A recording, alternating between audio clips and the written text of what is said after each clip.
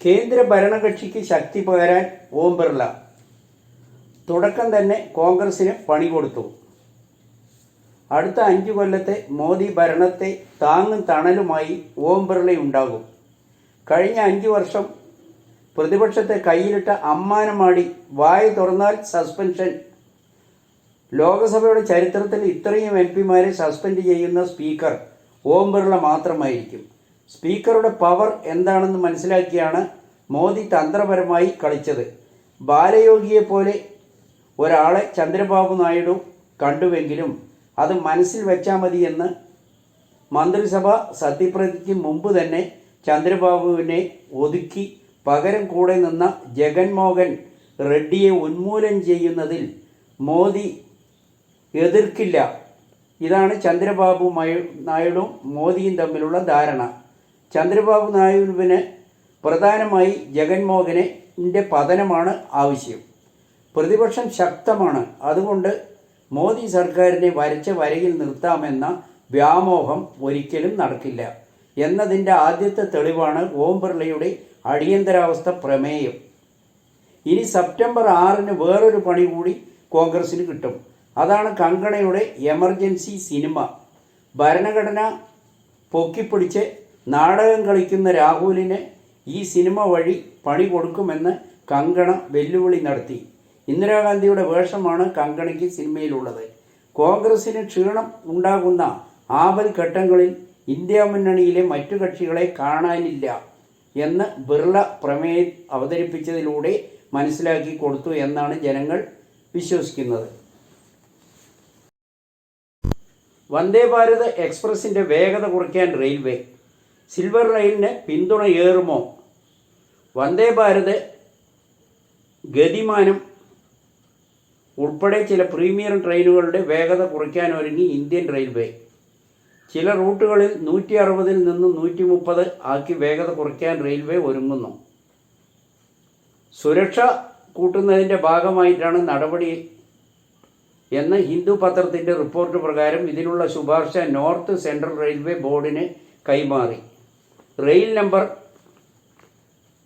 12050/12049 ഡൽഹി ഝാൻസി ഡൽഹി.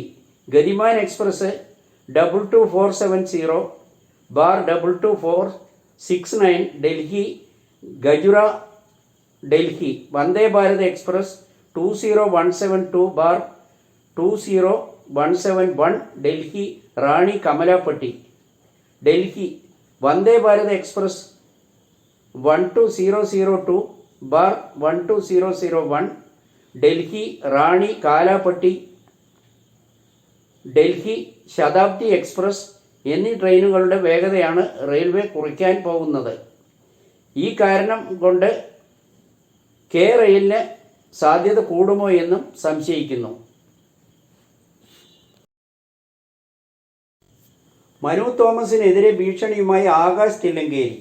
കൂടെയുള്ളവർക്ക് മാധ്യമങ്ങളുടെ സംരക്ഷണം ഉണ്ടാകില്ലെന്ന് മുന്നറിയിപ്പ്. CPM ജില്ലാ കമ്മിറ്റിയിൽ നിന്ന് ഒഴിവാക്കിയ മനു തോമസിനെതിരെ ഭീഷണി മുഴക്കിയ ആകാശ് തില്ലങ്കേരി. ഷുഹൈബ് വധക്കേസ് പ്രതി ആകാശ് തില്ലങ്കേരിയാണ് മനു തോമസിനെതിരെ ഭീഷണി ഉയർത്തിയത്. പാർട്ടിക്കെതിരെ എന്തും വിളിച്ചു പറയാൻ പറ്റില്ലെന്ന് ബോധ്യപ്പെടുത്താൻ വലിയ സമയം വേണ്ടെന്നും കൂടെയുള്ളവർക്കും മാധ്യമങ്ങൾക്കും സംരക്ഷിക്കാൻ കഴിഞ്ഞു എന്ന് വരില്ലെന്നുമാണ് ആകാശ് തില്ലങ്കേരി ഫേസ്ബുക്കിൽ കുറിച്ചത്. ഇന്നലെ P ജയരാജനെതിരെ ആരോപണങ്ങൾ ഉന്നയിച്ച മനു തോമസ് അതിൻ്റെ പിന്നാലെയാണ് തില്ലങ്കേരിയുടെ ഭീഷണി മുന്നറിയിപ്പ് ഉണ്ടായത്. സർക്കാരിൻ്റെ മുഖം രക്ഷിക്കാനും പ്രതിപക്ഷത്തിൻ്റെ വായ അടയ്ക്കാനും TP വധക്കേസ് പ്രതികൾക്ക് ശിക്ഷ ഇളവിന് തുനിഞ്ഞ ജയിൽ ഉദ്യോഗസ്ഥരെ സസ്പെൻഡ് ചെയ്ത് മുഖ്യമന്ത്രി. TP ചന്ദ്രശേഖരൻ വധക്കേസിൽ പ്രതികളെ ശിക്ഷാ ഇളവിനുള്ള ശുപാർശ ഉൾപ്പെടുത്തി പോലീസ് റിപ്പോർട്ട് നേടിയ ജയിൽ ഉദ്യോഗസ്ഥരെ സസ്പെൻഡ് ചെയ്യാൻ ഉത്തരവിട്ട് മുഖ്യമന്ത്രി. കണ്ണൂർ സെൻട്രൽ ജയിൽ സൂപ്രണ്ട് ചുമതലയുള്ള joint superintendent KS Sreejith, assistant superintendent grade 1 PG Arun, assistant prison officer OV Raghunath എന്നിവരെയാണ് അന്വേഷണ വിധേയമായി സസ്പെൻഡ് ചെയ്യാൻ ഉത്തരവിട്ടത്. പ്രതിപക്ഷ നേതാവ് VD സതീശൻ സബ്മിഷനായി നിയമസഭയിൽ ഉന്നയിക്കാനിരിക്കെയായിരുന്നു സർക്കാരിൻ്റെ ഈ നടപടി. പ്രതികൾക്ക് ഇളവ് നൽകാൻ നീക്കമില്ലെന്ന് കഴിഞ്ഞ ദിവസം നിയമസഭയിൽ പറഞ്ഞിരുന്നു. ഈ കാരണം ചൂണ്ടിക്കാട്ടി സ്പീക്കർ കെ രമയുടെ അടിയന്തര പ്രമേയം നോട്ടീസ് തള്ളിയത് ആണ് വിവാദമായത്. ഇതിന് ശേഷമാണ് ജയിൽ ഉദ്യോഗസ്ഥരെ സസ്പെൻഡ് ചെയ്യാൻ മുഖ്യമന്ത്രി ഉത്തരവിട്ടത്. ഗൗതം അദാനി ചൈന ബന്ധമുള്ള രാജ്യങ്ങളിലേക്ക് ചുവടുവയ്ക്കുന്നു. ലക്ഷ്യം ബിസിനസ് മാത്രമല്ലെന്ന് സംശയം. ശ്രീലങ്കയുടെ പ്രധാനമായ കൊളംബോയിലെ തുറമുഖം 6000 കോടി നിക്ഷേപത്തോടെ രാജ്യാന്തര കണ്ടെയ്നർ നിർമ്മിക്കുന്നു. അദാനിയുടെ കീഴിലുള്ള അദാനി പോർട്സ് ഗ്രൂപ്പിലെ മറ്റൊരു കമ്പനിയായ എനർജി സൊല്യൂഷൻ നിർമ്മിക്കുന്ന ടെർമിനലിന് സമീപം കാറ്റാടിപ്പാടവും സ്ഥാപിക്കും. ശ്രീലങ്കയ്ക്ക് 20 കൊല്ലം വൈദ്യുതി ഉൽപ്പാദിപ്പിച്ച് നൽകും. ഫിലിപ്പൈൻസ് തെക്കൻ ചൈന കടലിനോട് ചേർന്ന ആഴക്കടൽ തുറമുഖം നിർമ്മിക്കാനുള്ള നീക്കവും നടക്കുന്നുണ്ട്. ഭൂട്ടാനിൽ 570 മെഗാവാട്ടിൻ്റെ ഗ്രീൻ ഹൈഡ്രജൻ ഉൽപ്പാദന പ്ലാന്റും സ്ഥാപിക്കാൻ തീരുമാനിച്ചിരിക്കുന്നു. ബംഗ്ലാദേശിൽ പദ്ധതികൾക്ക് പ്ലാൻ ചെയ്യുന്ന ടാൻസാനിയയിൽ കണ്ടെയ്നർ ടെർമിനൽ ഏറ്റെടുത്ത ആഫ്രിക്കയിലേക്കും അദാനി ഗ്രൂപ്പ് ചുവടുവയ്ക്കുന്നു.